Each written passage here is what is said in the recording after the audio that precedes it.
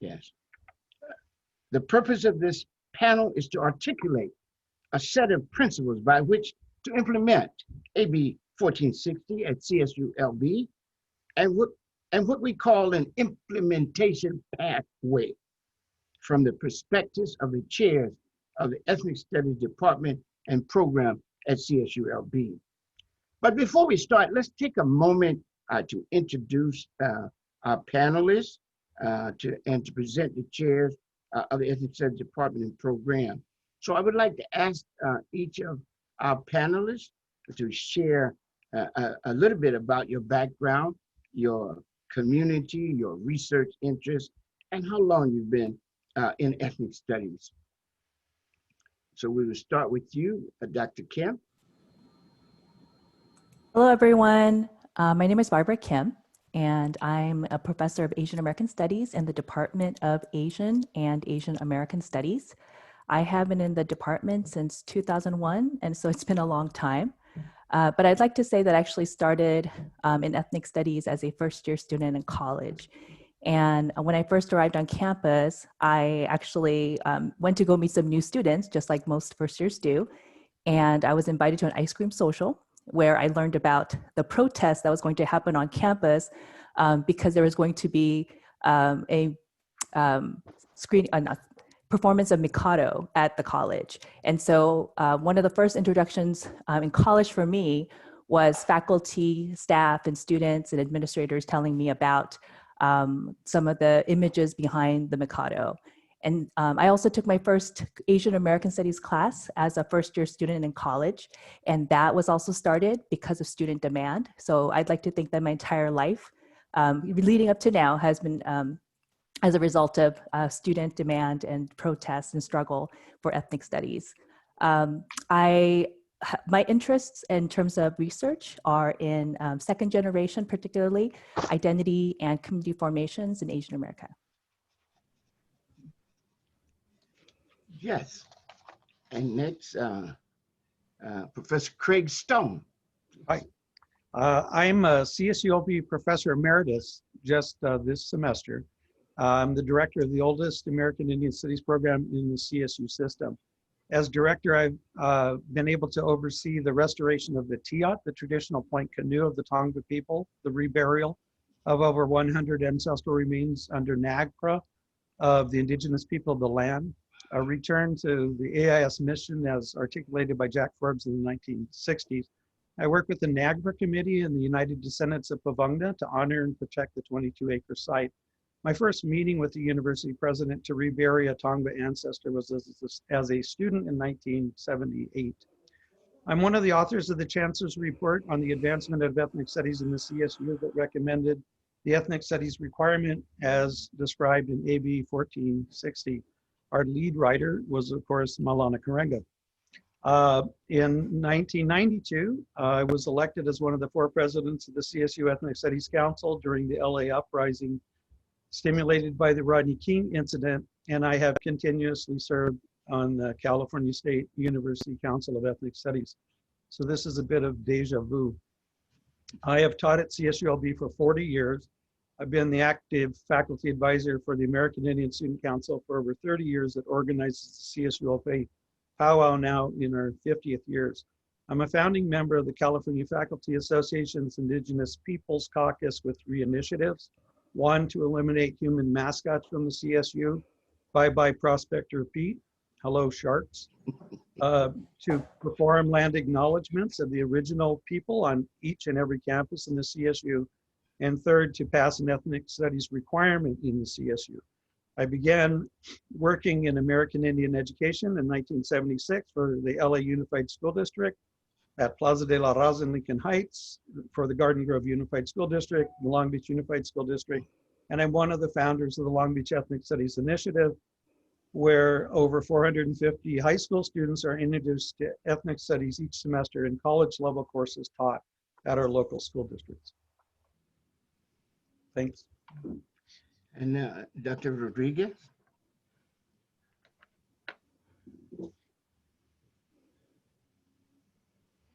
Good afternoon, everyone. It's really a privilege to be amongst the chairs of the other ethnic studies departments today talking about AB 1460. I'm an associate professor of Latina and Latino public policy in the Department of Chicana and Chicano, Latina and Latino studies. I'm also the chair of the department. I have the honor and the privilege to serve my peers in this way. When I think about my community, I always start off by saying I'm the youngest of 13 of a Mexican immigrant family. Grew up in Northern California, but lived in two spaces, Salinas, California, and in Mexico in a place called Atotonilco Alto. So my life was really shaped by an immigrant experience, but also by a racialized experience. I went to 4 different high schools in 4 years. I somehow graduated from an almost all Black high school in Chicago. And so talk about my experience as a racialized and immigrant individual. As with Dr. Kim, my experience with ethnic studies also started as an undergraduate student. I was very involved at UC Irvine in the late 80s, early 90s, organizing a movement called ESCAPE, the Ethnic Student Coalition Against Prejudicial Education, which forced the university to fund what are now the four ethnic studies departments at UC Irvine. This is back in about 93. My focus in my research and my political action is around local political participation of ethnic immigrants, particularly Latino immigrants, and racialized ethnic minority groups in the context of cities and counties. That's my field. And finally, I'm also an elected official. I'm the board president for the Santa Ana Unified School District, where recently, about a month and a half ago, we passed the first ethnic studies high school requirement in Orange County. So I live and breathe this, and I'm so happy to be in your presence today. Yeah, and my name is Dr. Maulana Karenga. I am professor and chair of the Department of Africana Studies. I'm also the advisor for Africana Studies. I'm one of the founders of my discipline, the discipline of Black Studies or Africana Studies, and a senior scholar in it. I'm also, along with my colleague, Professor Craig Stone, one of the members of the CSU task force on the advancement of ethnic studies, and played a major role in writing that task force report, and also the struggle that led to it. And also, we are part of the struggle to bring this bill, AB 1460, to fruition, both through the Assembly, the Senate, and the governor's office. And here I give again great praise to Dr. Shirley Weber, a master legislator, as well as a master educator, having served for years, decades, as chair of the Department of Africana Studies at San Diego State University, and then went to the legislature. I'm also an activist scholar. I come from a tradition, ethnic studies tradition, and certainly an Africana studies tradition that says knowledge is not knowledge for knowledge's sake. Knowledge is always for human's sake. And as Dr. Mary McClever Bethune, one of our great educators, taught, that knowledge is the prime need of the hour, but we want to know what you would do with your knowledge. And she said it is up to us who know to discover the dawn and then share it with the masses of our people who need it most. So I take that very seriously. So I'm active in my community. I am executive director of the African American Culture Center, which has been in existence since 1965. I am also chair of the National Association for Kawida Organizations, groups that organize around my philosophy, Kawida. And I'm also on a local level, co-chair of the Black Community Clergy and Labor Alliance. My research interests are in ethical philosophy. I have my second doctorate in ancient Egyptian ethical thought. My dissertation was Ma'at, the moral idea in ancient Egypt, a study in classical African ethics. And I'm currently writing a book on the ethical philosophy of Malcolm X, titled The Liberation Ethics of Malcolm X, critical consciousness, moral grounding, and transformative struggle. So again, welcome to this panel. It is a very important dialogue that we have as a university and also that we have as a society. So my part is to start off first talking about what is AB 1460. And so first I want to say what it is in text, right? What the law actually says. It says that all students commencing academic year 2021 to 22 must satisfy an ethnic studies graduation requirement focused on 4 racialized populations in the U.S. Native Americans, African Americans, Asian Americans, and Chicanos, and Latinos ethnic groups. Okay, and so that's the first, and that's a very important thing. The focus on the 4 racialized groups is taken from the literature of the task force report, and also the CSU Ethnic Studies Council. Second, a provision of the law is that the Chancellor's Office, the CSU Ethnic Studies Council, of which we are a member, and the Academic Senate are authorized to shape the implementation of the law. This is a very important aspect of it. The Chancellor's Office, the California State University Ethnic Studies Council, and finally the Academic Senate of California State University. So it's those 3 entities that will work together, collaborate in implementation of this bill. But you know, when we talk about the law, we have to remember that the law is not just words on paper. The law at its best is a reflection and promotion of the best moral ideas and equitable principles that undergird and animate law. And one of the values this law respects is that each people and culture is a unique and equally valid and valuable way of being human in the world and worthy of the highest respect. That's what's inherent in this struggle to institutionalize ethnic studies, to respect each people's right and responsibility to speak their own special cultural truth and to contribute to what we call a multicultural quality education. AB 1460 is a great example of what is possible when universities have robust ethnic studies departments and programs as an integral part of their concept and practice of a multicultural education. Ethnic studies students, faculty, staff, and community from across CSU campuses were actively involved in advocating for the passage of AB 1460.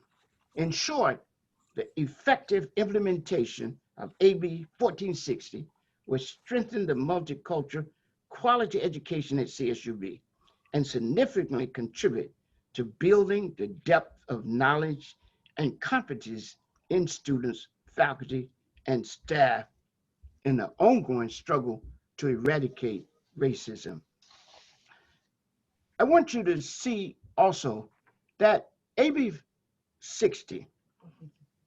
1460 is a product of a 50-year intellectual and practical struggle by students, faculty, staff, and community activists to establish and reaffirm 2 main things. 1, the fundamental principle that a quality education by definition is a multicultural education, and 2, that ethnic studies is essential, even indispensable to the concept and practice of a multicultural education.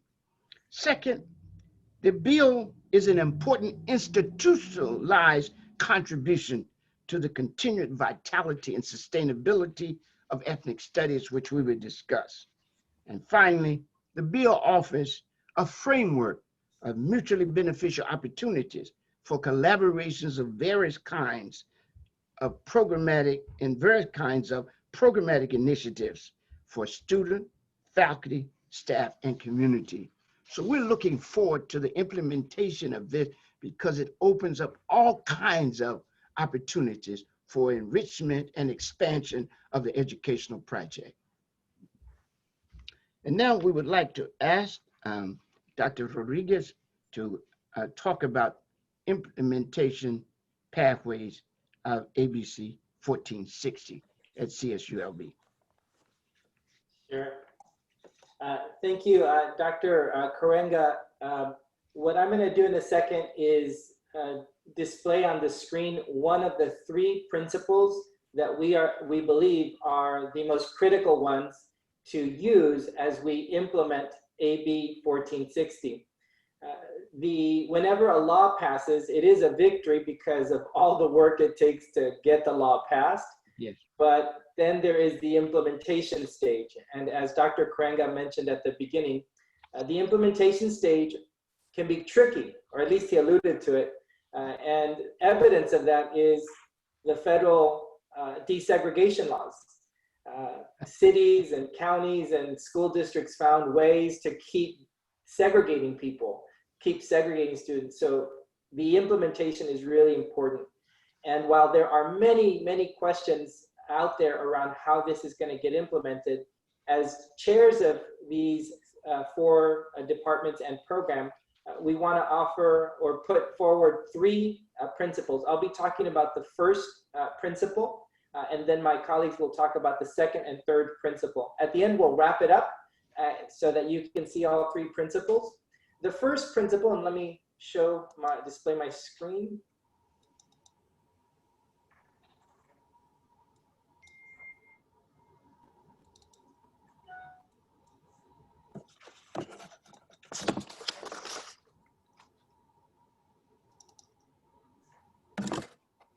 Oops. All right.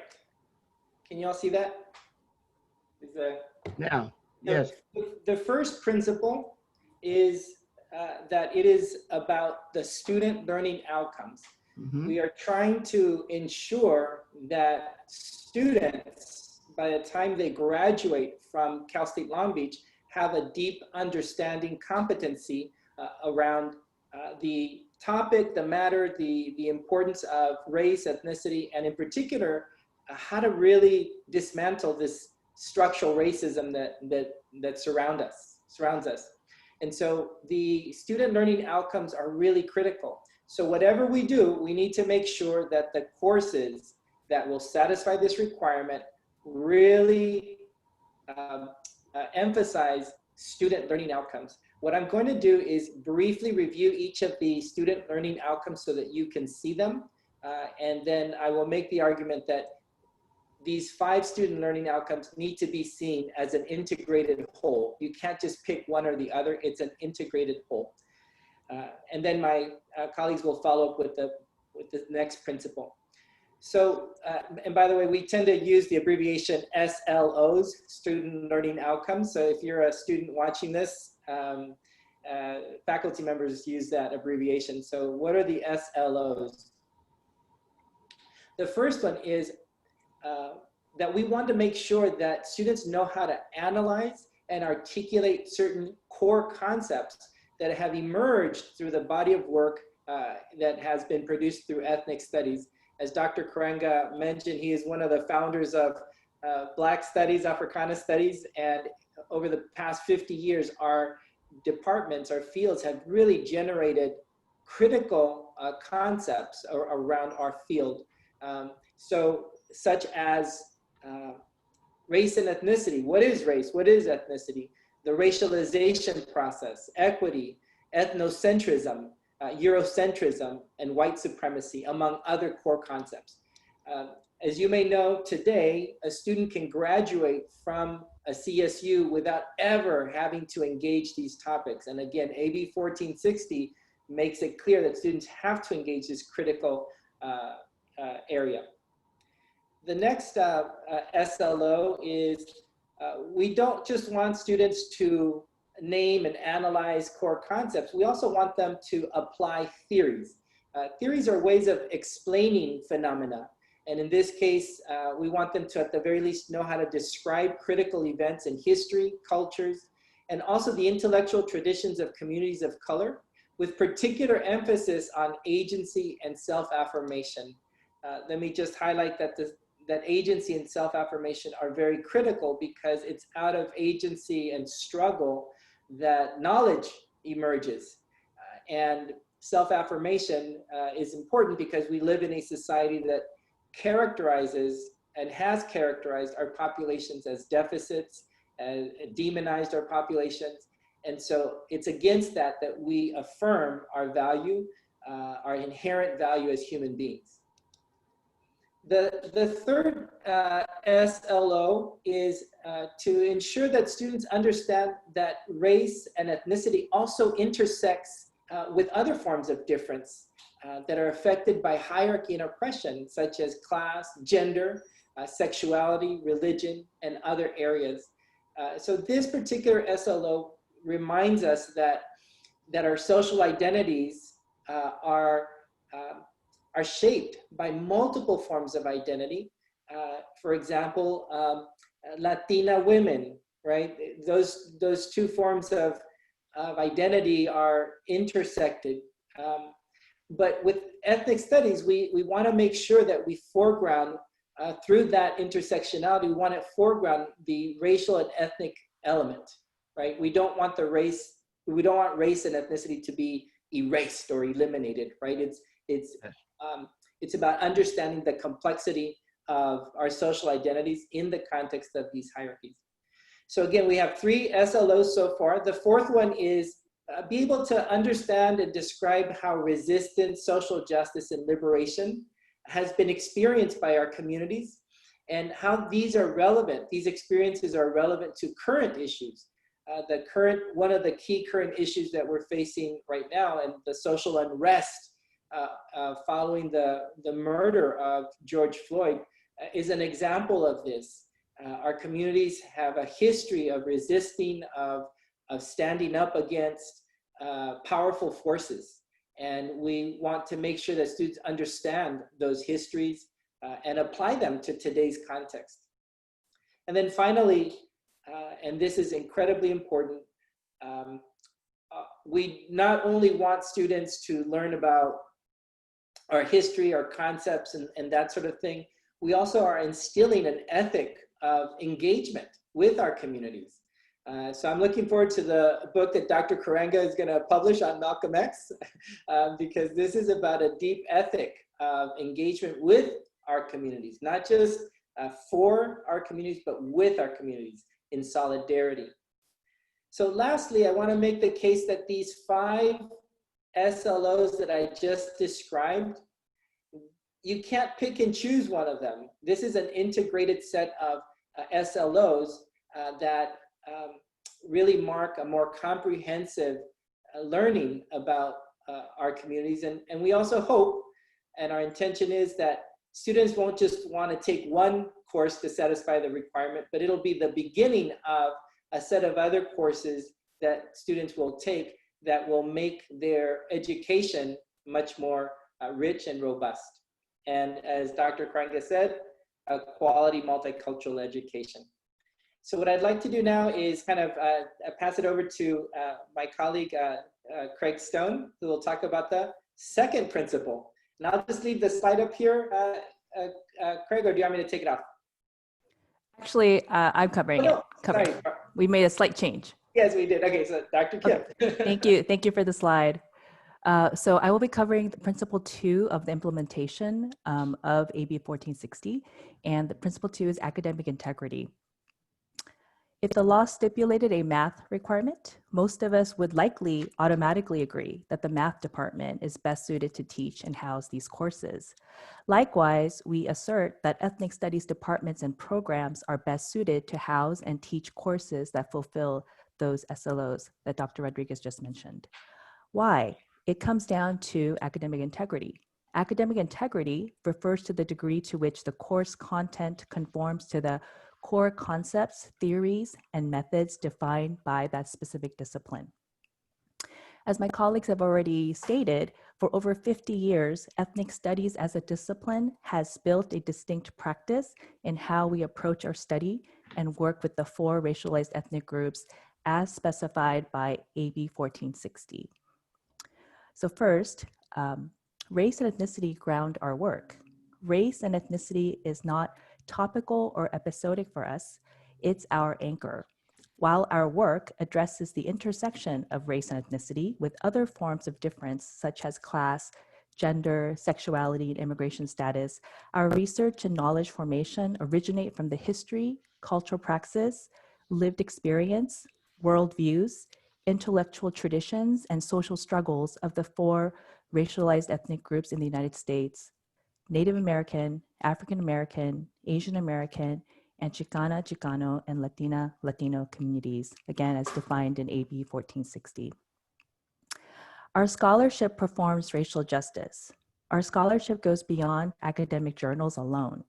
It is present in policy documents like this one, cultural work, and in collaborative spaces with community organizations that aim to dismantle systemic racism.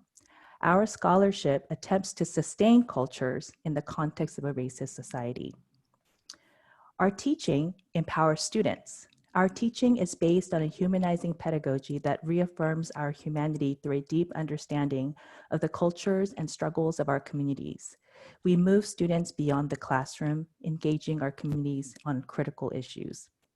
An example of this is how the Department of Asian and Asian American Studies at Cal State Long Beach is kind of unique in the way that it's structured, because that is precisely how the student and faculty who struggled to get our programs established in 1969, 1970, envisioned it that way. So they wanted ethnic studies, Asian American studies, but they also wanted to make sure that the cultures were taught and the languages were taught at our campus as well, for the benefit of our students and our community members. So these 3 elements, race and ethnicity, ground our work, our scholarship performs racial justice, and our teaching empowers students, serve as an integrated whole for ethnic studies, shaping what we do and how we do things. And on September 2nd, 2020, the vast majority of college or liberal arts chairs voted in support of housing the courses to satisfy the ethnic studies requirement under the ethnic studies departments and program. And now I'd like to ask my colleague, Professor Stone, to go over essential faculty hiring and retention.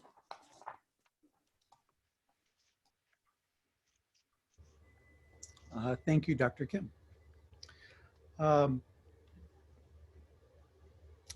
Our third principle is that we have to have faculty, and we need to restore our faculty to the past levels that we were at. Currently, the ethnic studies departments and programs have few tenure track faculty. The Africana Studies Department has 3 active tenure track faculty and 1 faculty on leave. In the past, Africana Studies had 10 tenure track faculty. The American Indian Studies program has 1.5 tenure track faculty. Currently, we have 1 tenure track faculty and a 0.5 tenured faculty, which is myself, because I'm FERPing. There have been no hires since 2016. The Africana Studies and American Indian Studies, the last time we had hires, it was with David Dow and Don Para. They were the president and provost. So we haven't had any hires since that time. There have been no new hires since 2016. This was the first and only 100% American Indian Studies hire in 37 years, Dr. Teresa Greger. We have 1 full-time lecturer, we have 1 part-time ASC. And American Indian Studies, we had 4 tenured full professors, and now we have 0.5, myself retired. In Asian American Studies, they have 2.5 tenured faculty, down from 4 tenured faculty due to retirements, which have not been replaced, and they haven't had a hire in decades, not in Asian American studies. Chicano and Latino studies has 6 tenure track faculty. A decade ago, they had 9 tenure track faculty and 1 part-time lecturer. The university must invest in hiring enough faculty in these ethnic studies departments and programs to offer the courses to satisfy the ethnic studies requirement. We have very small departments, which means the work is spread among very few people. And the concept of cultural taxation, where we all end up to be mentors, helpers to faculty from our particular ethnic backgrounds, as well as students and staff, weighs heavily on us. It is a standard policy to increase hiring to meet the student demand from increasing enrollment. And with the university anticipating the certain increase in enrollment to meet the ethnic studies requirement, it should be an increase in hiring in the ethnic studies departments and programs. However, hiring in the ethnic studies departments and program is more than just hiring faculty to teach courses to meet the increased demand. When the university hires more faculty in ethnic studies departments and program, it supports the sustainability and viability and vitality of these academic disciplines and demonstrates its commitment to these departments and programs as essential to the CSU academic mission and to the campus climate that fosters and facilitates it. Indeed, that sustainability and vitality of the ethnic studies departments and programs are indispensable in a multicultural quality education for all students at Cal State Long Beach. A multicultural quality education is essential to addressing the racism that is visible in police violence, incarceration, and the killing of George Floyd, Breonna Taylor, and so many others. And Ron Settles, if you might recall, I was a friend of Ron Settles, and he was killed in the jail in Signal Hill. So this is something that's touched our lives here. The ethnic studies faculty will not only teach courses, we will also continue to mentor students, work with our communities, and engage other faculty on critical issues to dismantle racism and promote racial justice within the university and in our communities. AB 1460 is an excellent example of what is possible when universities have the robust ethnic studies departments and programs as an integral part of their concept and practice of a multicultural quality education. Ethnic studies students, faculty, staff, alumni, and community from across the CSU campuses were actively involved in advocating for the passage of AB 1460.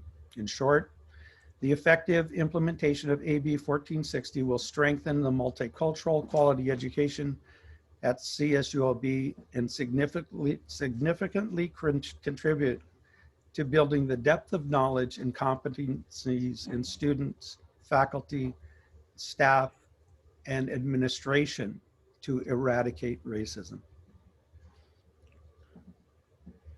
Thank you, Professor Stone. Let me just summarize, let me just show you this. Some folks are asking about the 3, so these are the 3 principles that we are proposing, just to summarize, and then I'll kick it over back to Dr. Karenga. So again, the student learning outcomes, and we emphasize that these need to be integrated. Academic integrity, and in this case, academic integrity means that the courses to satisfy this requirement should be housed in the ethnic studies departments.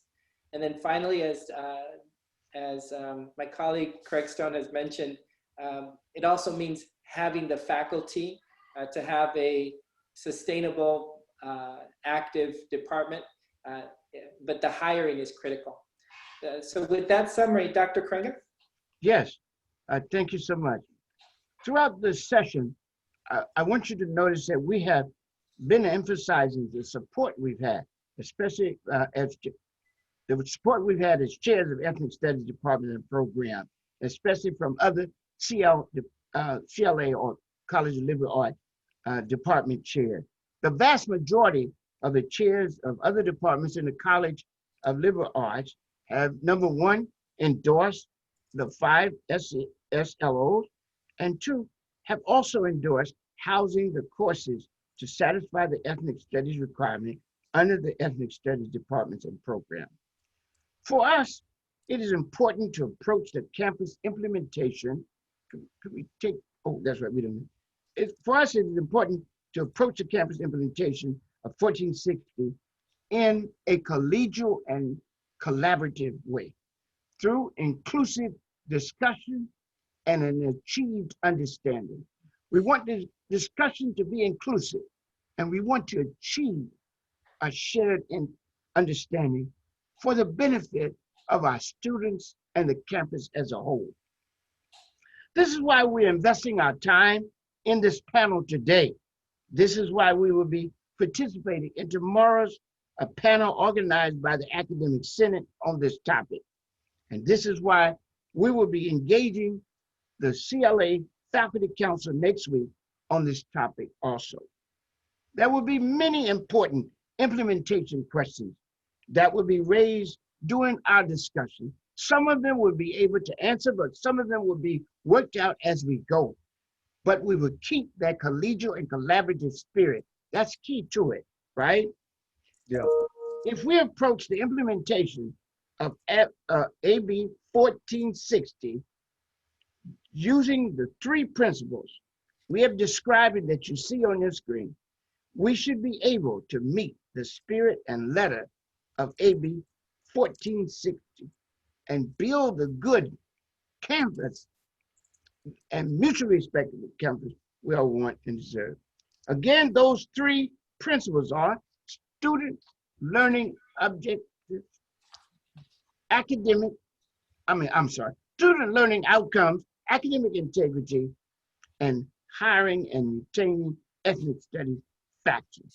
So finally, the expansive and inclusive collaboration around these 3 principles will help create the multicultural quality education and welcoming, supportive, and generative campus climate we all want and deserve to have and to enjoy. Thank you so much.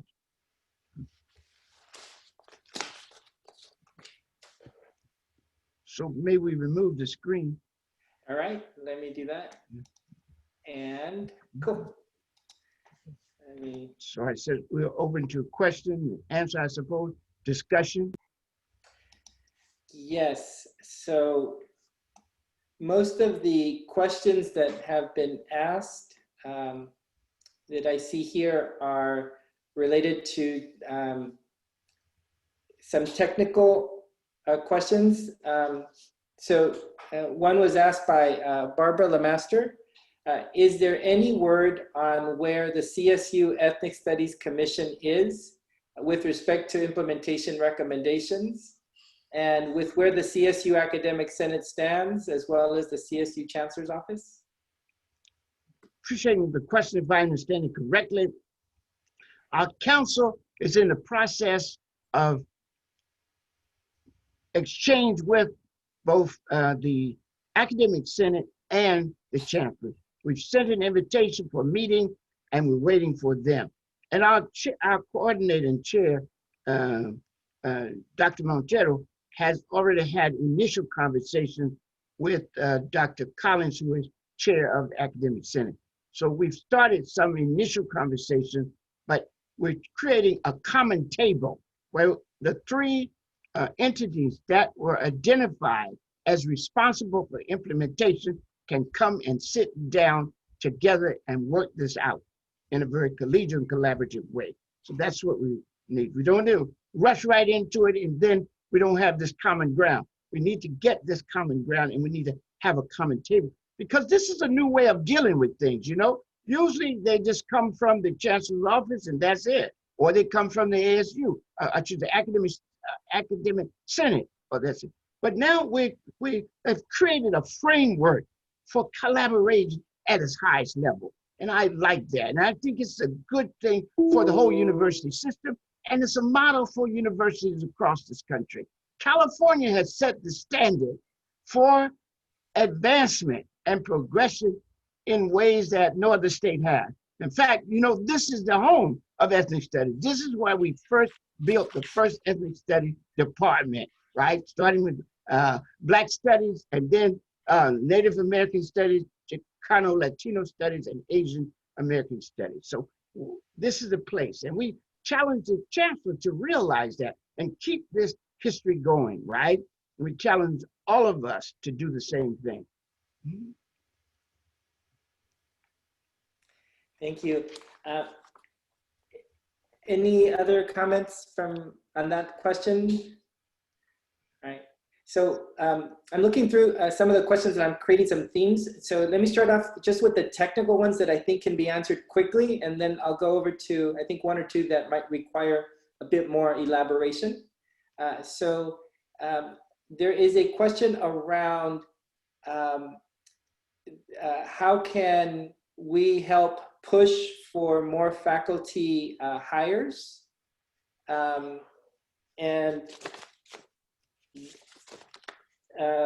is this just for the CSUs, or will it also include like other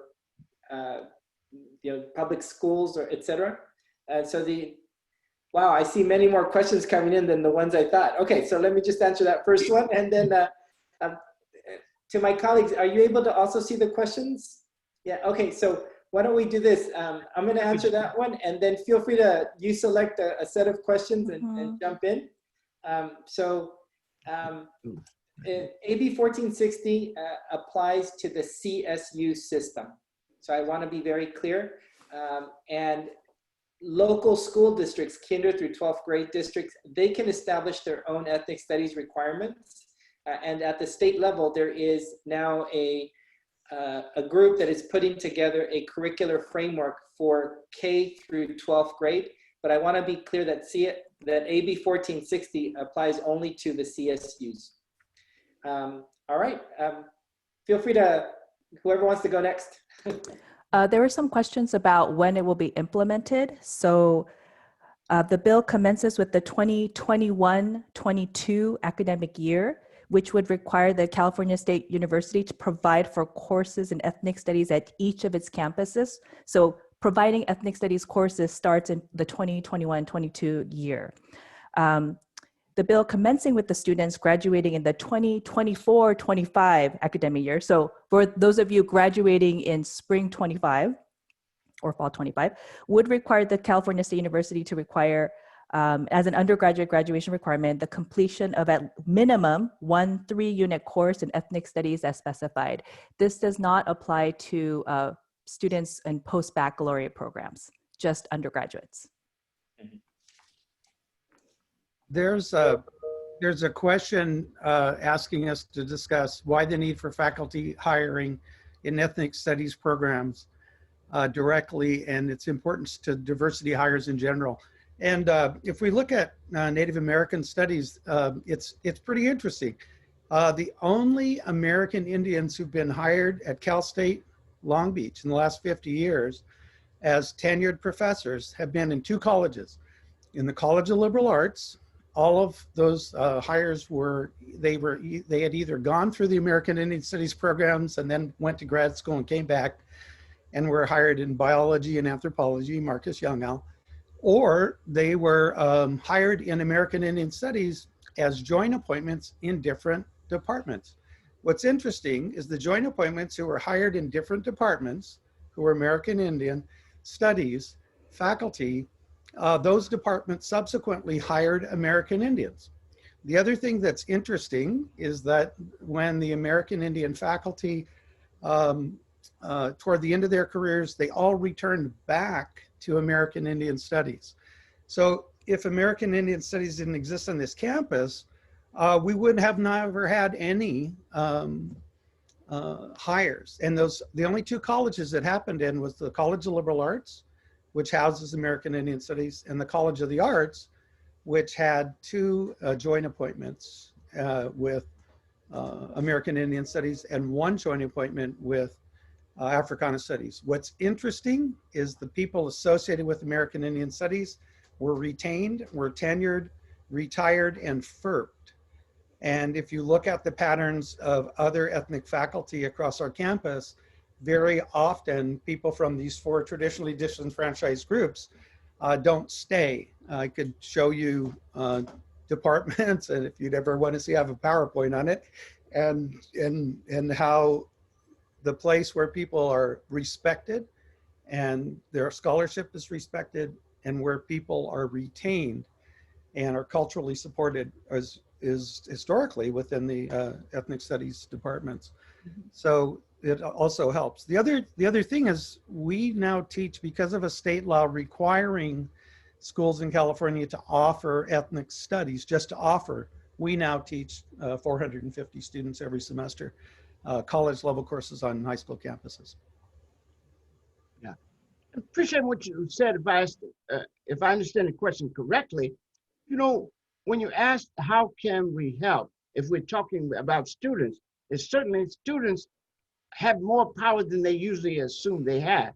I mean, we came into being as discipline on a student struggle, right? It was a struggle with students, faculty, staff, and community. These four units are always there, right? But students took the initiative because guess what? They're on campus and they have to ask, what is the kind of education they want? And for years before the 60s, what we had was white studies masquerading as a quality education, right?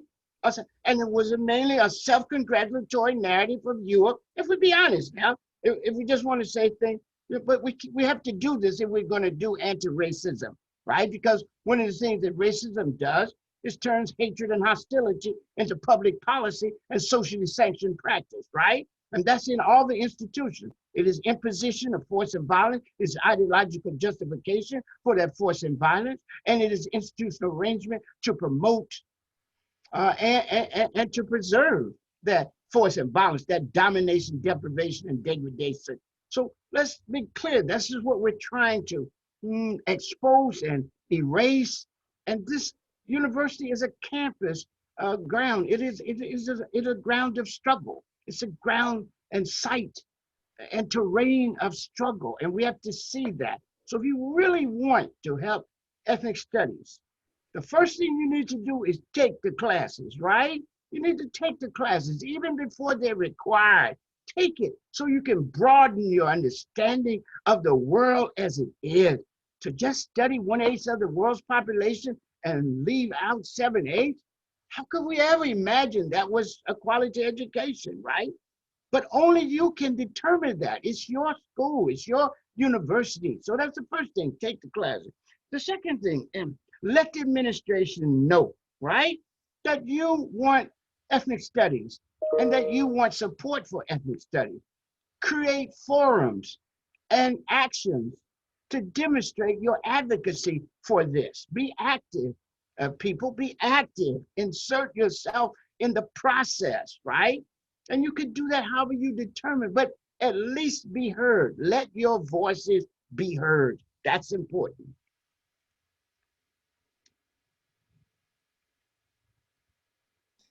I don't know. I've been really fascinated by the questions that are coming in. I don't know where to start. But there is one question around what can, I guess it's framed as, do you think white communities will benefit by taking ethnic studies courses? And if so, what concepts would be the most educational? What's your take on that one?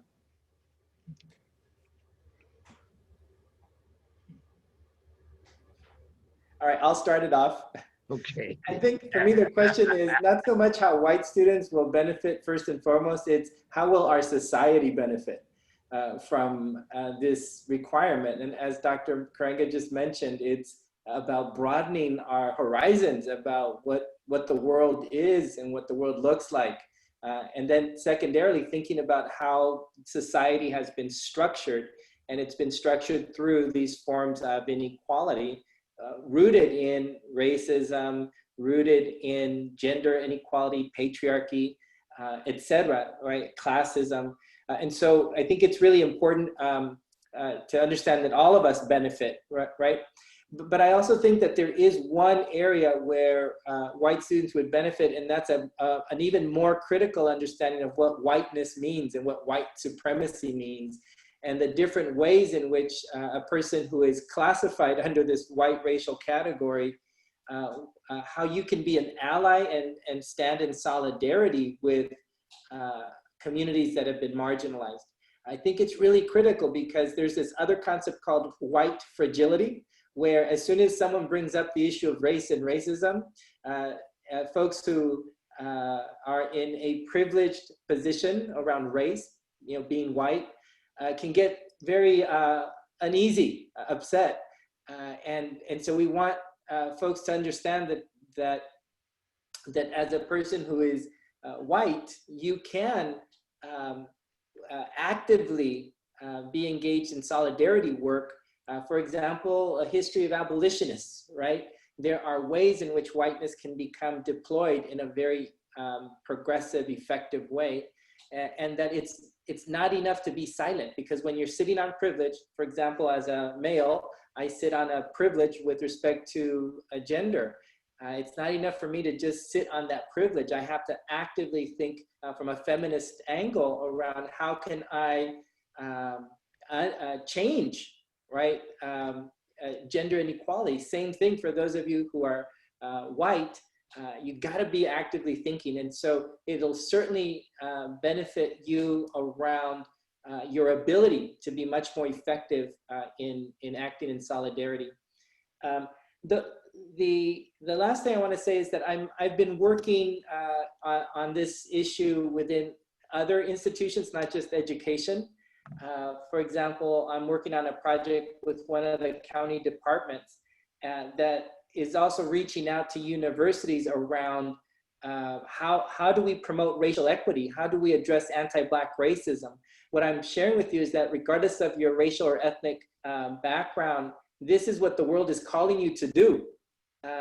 So wherever you work in professionally, in education, in social work, in mental health and all these different fields, these are the critical issues. So the sooner you begin to critically think about these questions of race and racism, the better you're going to be able to be effective in your professional career. That was my approach. I don't know if anybody wants to add anything else. I will if anyone else wants to go first. Okay, well, actually, in terms of, if we talk about educational benefit, and we talk about education as the cultivation of the whole person, then there are three fundamental overarching ways that this benefits you, right? There are three fundamental contributions that a multicultural quality education gives everybody. The first is moral, right? The second is intellectual, and the third is social. So morally, it teaches you to respect each people and culture and person as a unique and equally valid and valuable way of being human in the world. Gets away from the Eurocentric conception that all relevance resides in Europe and European people, and everybody else is at best marginal and at worst irrelevant. So it gets you away from all that kind of conversation and self-congratulatory narratives that you run into in every class if the professor is not progressive. I'm just telling you, this is an hour here. This is a moment of what they call racial reckoning. So it's really important to face these things. So if we can't respect each other, if we don't accept each person and people as equal, as bearers of dignity, I mean, this concept, shepesu, that the ancient Africans in the Nile Valley introduced to the world, dignity and inherent worthiness that is transcendent, equal in all, and inalienable, transcendent beyond all social and biological attributes, beyond race, class, gender, sexuality, ability, age, religion, etc. Second, it's equal in all. When nobody has more dignity than the other, inherent worthiness, no one is more worthy inherently than the other. And then finally, of course, inalienable. You can't take it away by law. You can't take it away by power. It is there in people, and so we have to recognize that. So This is ethnic studies gives you the ground to live and learn this in space, in real time, right? Second, the intellectual contribution, right? I mean, for years before the 60s, people were actually cheated. They didn't even know other people existed or whether they were relevant except as conquests, as things to dominate, deprive, and degrade. Objectification of people as objects of labor, sex, and entertainment, right? That's what happened with the people of color. Rescue me if I'm wrong, right? So we get past that and we teach you deep thinking. Jair is the word we use, which is deep thinking, probing, right? Going to below the surface, realizing that the greatest part of truth is hidden, and that any partial approach to truth always is an inadequate one and often an erroneous one. So what we have to do is to dig deep and to think broadly, right? And ethnic studies teaches critical thinking in that way. It challenges America to look at itself in a way that no other other discipline does. It's my favorite discipline, so certainly I'm going to say this. If you got an alternative, you can do that, right? So it's all right with me, right? I love this kind of discussion, right? So this intellectual capacity to see the whole world. And you know what's so funny about this? It's in every university catalog I've read. We're going to teach you how to go into the world, right? That's the third thing. So it's not only morally grounding, intellectually grounding, it's socially grounding also. It teaches you how to relate to the next person, how to succeed in a multicultural world, in a global society, where everybody's not on your block, right? Everybody don't look like you. Everybody don't have to look like you. Everybody don't have to talk like you. I tell my students all the time, I talk Ebonics, you know? I know my other African language. I got to know 4 other African languages, right? But I start with Ebonics and I teach that so people can get used to Black people, ordinary, everyday Black people talking the way they talk without apology. I don't do that, right? So we learn how to appreciate each other and we enjoy the exchange and we avoid the kind of cultural appropriation that we've been talking about the last week.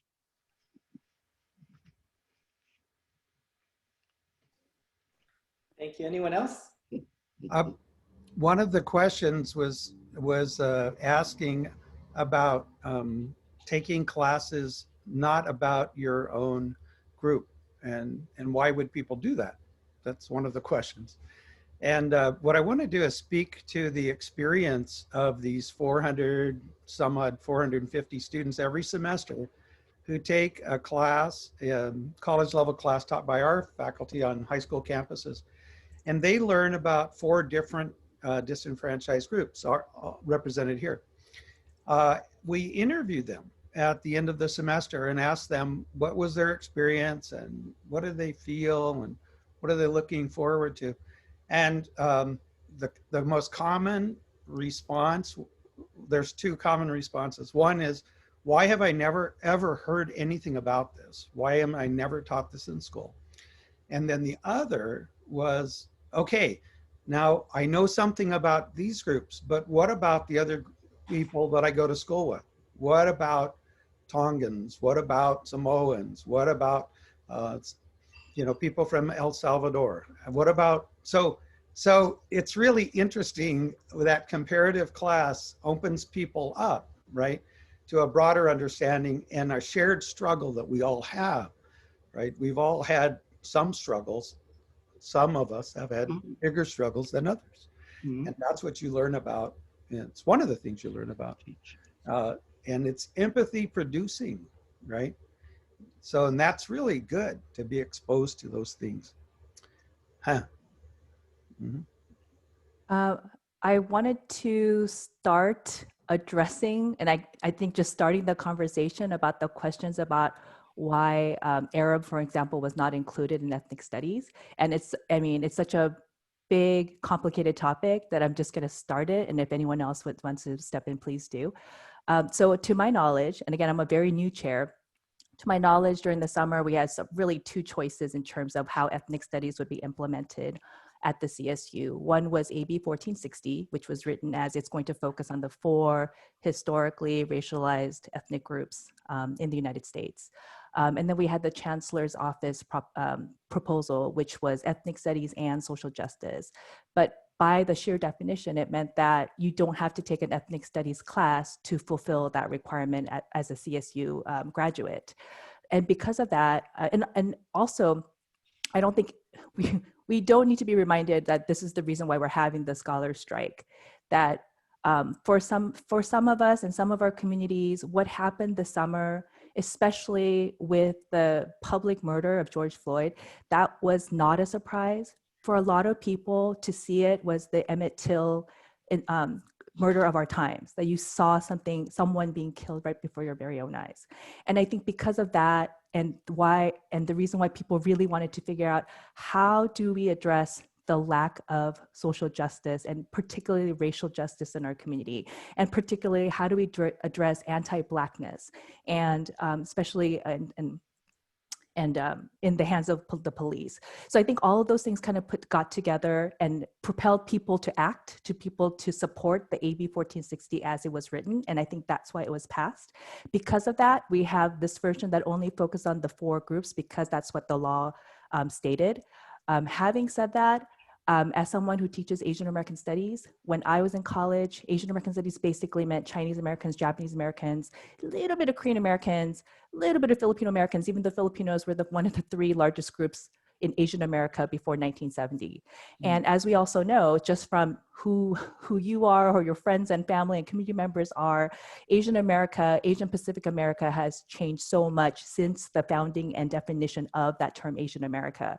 So we have, now we have quote unquote East Asians, Northeast Asians, Southeast Asians, South Asians. One of the terms that also has come into being for Asian American studies is the intersection with what is AMEMSA, which is again a term that I did not learn in college. AMEMSA stands for Arab, Middle Eastern, Muslim, and South Asian.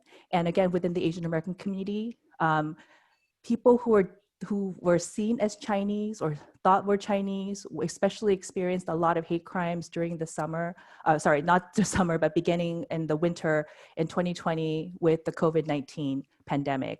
But we also know that this is not something that's new to us. Asian Americans, we saw what happened to our South Asian American brothers and sisters after 9/11, and how people who are perceived to be quote unquote any of those groups that were associated with people attacking the United States, how they were treated and also murdered as well.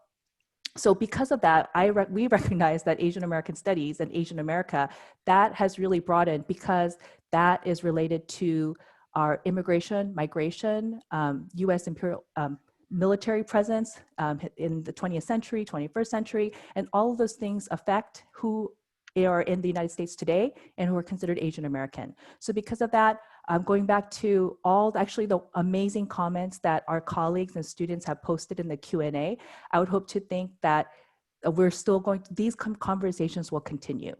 Within AB 1460, I imagine the conversations were continued, and we were having them during the ethnic council sessions, as far as I could tell. So I imagine that this will continue as well, and that all of you, again, posting these questions will be really important as part of that. And I think the one more thing that I recently realized is that because Arab is considered language category in the United States and not a racial category, that because it's categorized differently, that also may be a reason why it was not included in AB 1460. But that's just a guess for me, and not because I do not know how it was written. So that's, again, just to begin the conversation and to address many of the questions that our participants have had. And everyone else, please feel free to step in.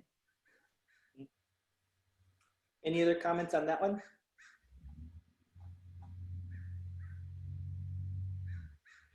Okay. Well, okay. I was waiting for everybody else. I don't want to just, No, go for it. Well, first of all, it's marking off a discipline. And the marking off of the discipline is done by historical experience and as a product of intellectual and practical struggle. So the 4 racialized groups, we decided when we did the report and actually, even when I came to Long Beach, one of the first things I had to do is to say I was not, I don't want to teach a class where there's white ethnics in it, right? That's not my field. My field is Black studies, right? So white ethnic, I'm just saying this, and I'm not saying all the people that asked about why the other people of color are not in. That's a different issue. But I'm starting with white ethnics to show you why it's important to mark off boundaries, right? So the whole question was, how did ethnic studies come into being? It came into being because these four groups had suffered for hundreds of years the oppression, and the Native Americans are the longest, as you know, and we always have to say that. We always have to reaffirm the uniqueness of the Native American presence and claims in and on this country. So, okay, and that we never have a just and good society until we come to terms with the legitimate claim of Native Americans. So I just want to be clear, that's a special conversation there, right? The Holocaust of African enslavement, right? That's a special conversation. That's a special relationship with this country. The dispossession of the Mexicans, right? That's a special conversation. That's why we have Chicano Latino instead of just Latino, right? We have to be specific in some of these things. And whenever you do specificity and you draw these boundaries, you actually include as well as leave out. Not in any bad intention, but the reality is we drew it on the basis of the historical uniqueness of these four groups first. And then it became a product of the intellectual and practical struggle to get this space in the university. And so it's just like when people say Black Lives Matter, they say all lives matter. They certainly do, but we're talking about these four groups. We've got to get them in first. We got to establish, this is strange to talk, war talk, but we need to establish a beachhead. So like Black studies was a beachhead. Once we got that, we then expanded to get to other ones, right? So eventually, all of these groups can be taught, and they will have their own unique space to do this. And besides, the last thing I want to say is that not only is this opening the door, not only is this historically unique issue, not only is it a product of a specific intellectual and practical struggles for 50 years, and not only is it an opening of a door so that others will walk in afterwards, but it's also our responsibility to relate to these groups that are not in when we talk about society and the world. How can we really talk about Black people in isolation, right? We have relationship with all these people, including white people. So we mention white people. We might not say about white people what they want to hear, and we always tell people in the classes, don't take it personally, right? We're talking about class oppression. We're talking about racism. If you're not a racist, get past all this. So the reality is that, let's be honest, there is a uniqueness of Native Americans in this country. There is a uniqueness of Africans in this country. There is a uniqueness of Mexicans in this country. There is a uniqueness of Asians in this country. And so that's how we started out. But guess what? All disciplines grow. All fields are eventually opened up. So let's struggle with that. Let's collaborate on how we can do that. But that's what the chancellor tried to do, play us against all these other people, especially white ethnics, right?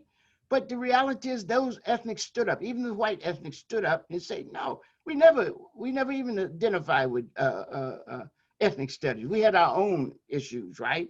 So I think it's very important for us to see that we're not excluding anybody intentionally. It's just drawing a discipline boundary based on the historical uniqueness of these four racialized groups and the history of their struggles, intellectually and practical, to open this space, not just for ourselves, but for the campus as a whole. And this is your chance then to widen it even more. Widen it even more. Let's do that. But let's get this established. If we can get this established, it lays the basis for all these other discussions. Craig, did you want to say anything else? I'll just say that I've been tracking the comments, and quite frankly, whether or not these arguments are convincing to you is secondary to me at this point, right? Because what we're talking about is a strategic moment that has yet to be accomplished, and it was just accomplished after a lot of labor and struggle. Hey, So to me, I'm not at an intellectual conversation right now around can it be part of ethnic studies or not. I think we can create an intellectual space for us to kind of think about that from an academic disciplinary standpoint, all that stuff. We can do that. But what we're facing right now is a strategic moment. And there's an interplay here between social movements and academic disciplines, right? 50 years ago, it was these movements that forced these universities to have and to house ethnic studies programs. But after 50 years, look where we're at. A little while ago, you heard about the number of faculty that are in each of these departments, right? Just so few. It's not like we won much. I mean, we won a lot in terms of the discipline and the fact that we're here, but we're still not fully incorporated. And so right now we've been at this struggle, our disciplines and our folks. I mean, Dr. Karenga, since 1969, the establishment of Africana studies, right? It's been a long history of struggle, and I feel like these questions are important, but I hope you're not trying to dismiss the history of struggle of these four groups to find an anchor in these universities. So for me right now, the issue is strategic. We need to make sure that these four programs that focus on these four racialized ethnic groups are supported. Now, we're not arguing that we're the only racialized groups in the United States. We're just saying that these are the four groups that have a body of work that started a while ago and that we still need to make sure they're fully incorporated. And I agree with Dr. Karenga that let's consider a broader conversation around how others can either be included or establish their own programs and departments. But right now, quite frankly, I feel like let's not confuse I think the justifications that we can give to the establishment of disciplines versus I think the strategic political moment that we're in. As I mentioned, when laws pass, they can be undermined during the implementation. And right now, my focus is making sure that the implementation of this of AB 14 is done in a way that does not undermine the spirit and the letter of the law around these four programs that have been built over the years. So that's my approach, and I'm not trying to dismiss, I think, the importance of these questions.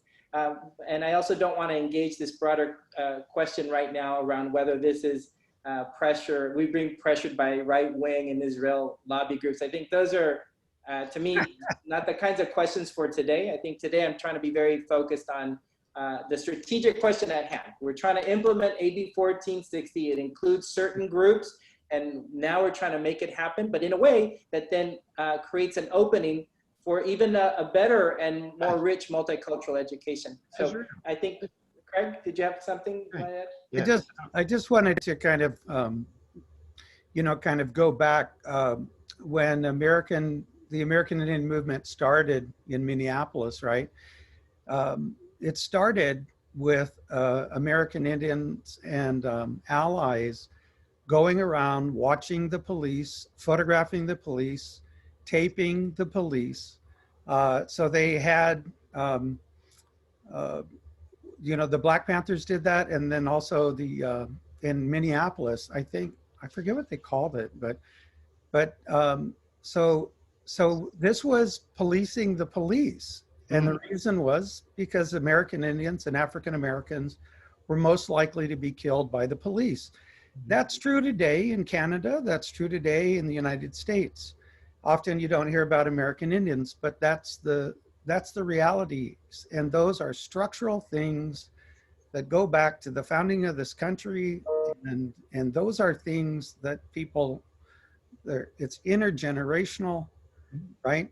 And so those are things that are foundational to the students that created our programs. Students came because of the EOP program, and all of a sudden there were Native people on campus and Black people on campus, Latino people, Asian people on campus, and the students said, wow, we just are not valued in any class here at all. Our thoughts not valued, our culture's not valued, our thoughts, our ways of knowing, our histories, right? So that's foundational, and that's something that we created in the CSU. What's unfortunate is we're in this situation today we're a similar situation back in with Rodney King. It just doesn't stop, but that's why we're in this point today. And that's why AB 1460 is so important, right? Yeah. What I'd hate to see is what happened after Rodney King. Nothing happened. We lost faculty, right? So now is the time to practice social justice. Right. It's not the time to reaffirm divisiveness. It's the time to support what you know is right. And I wanted to just clarify a point I made about white ethnic study. But before that, I want to just build on something Professor Stone said about the struggle against police violence. In '65, I left UCLA working on my doctorate, and we formed, our organization, us, formed a community alert patrol. A year before the Panthers started doing it, we organized a group that followed the police, intervened when they were abusing, took pictures, got pro bono lawyers for them, and fought with them in cases, and also had classes to teach them their rights. So this is a long struggle, and it's linked to student activism as well as community activism. Students participate in it. Professor Ra, who was the first director of our department and program at Cal State Long Beach, right?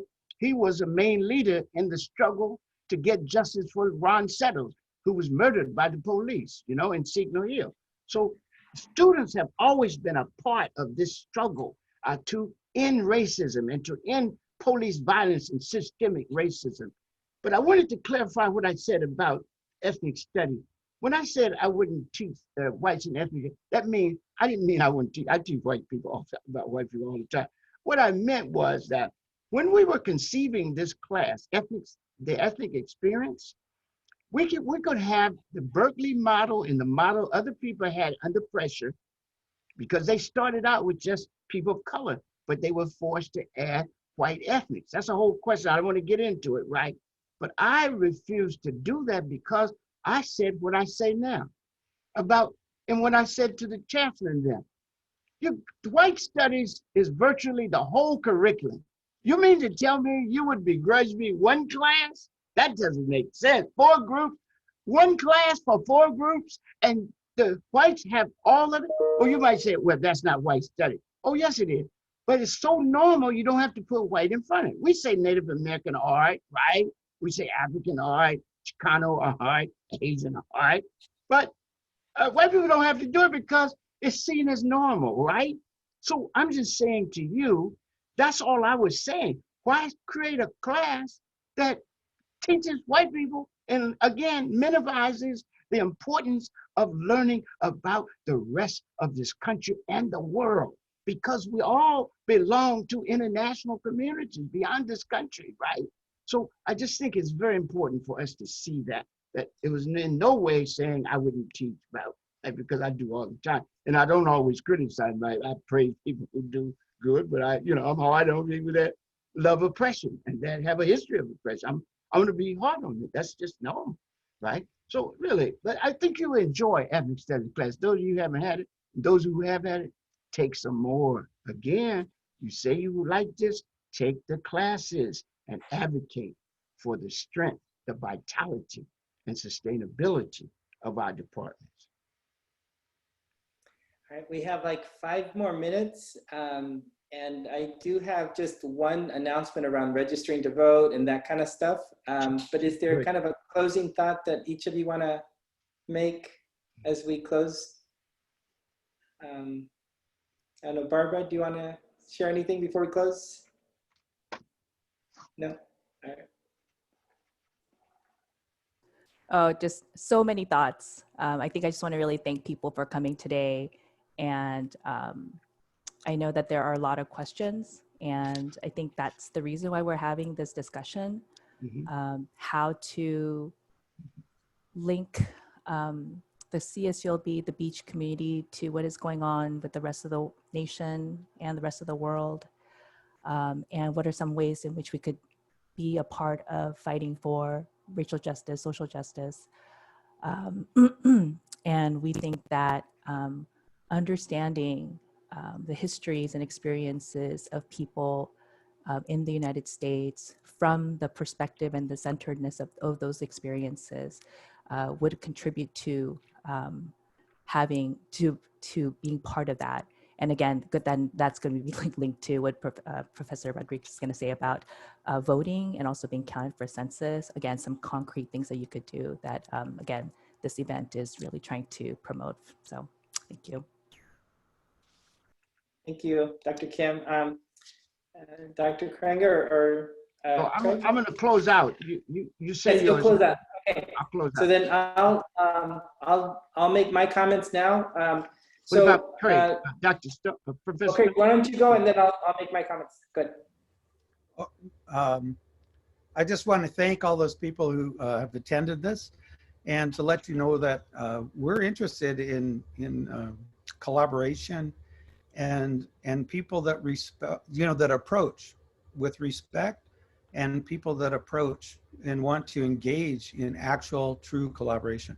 So we have all these cross-listed courses designed in authentic collaboration with different departments, and that's one thing that creative ways to implement this is something we're very interested in, because we can begin to create things that we couldn't have envisioned 2 years ago or 3 years ago. And the real test of this, right, is its relevance to our community and broadly to the community of California and then to the world. So I encourage those of you who are questioning things to engage with us in a respectful, mutually collaborative way. Thank you, Craig. On my end, I want to emphasize two things. On the one hand, make sure that you fill out your census form if you haven't, and tell others to fill out their census forms. We're encouraging that across all of the panels today and yesterday, as well as register to vote. It's another way that you can make your voice heard, your politics meaningful as well. So census and register to vote. The other point I want to make is that to me right now, the conversation is a very strategic conversation. We have a law that already specifies that there are 4 groups that need to be, whose histories and experiences need to be taught in the context of this AB 1460. We can debate whether other groups should be included, and I am open to that conversation. In fact, we've also heard from Jewish studies that they would like to be included as well. So those are conversations that can be had later on, and I'm open to those.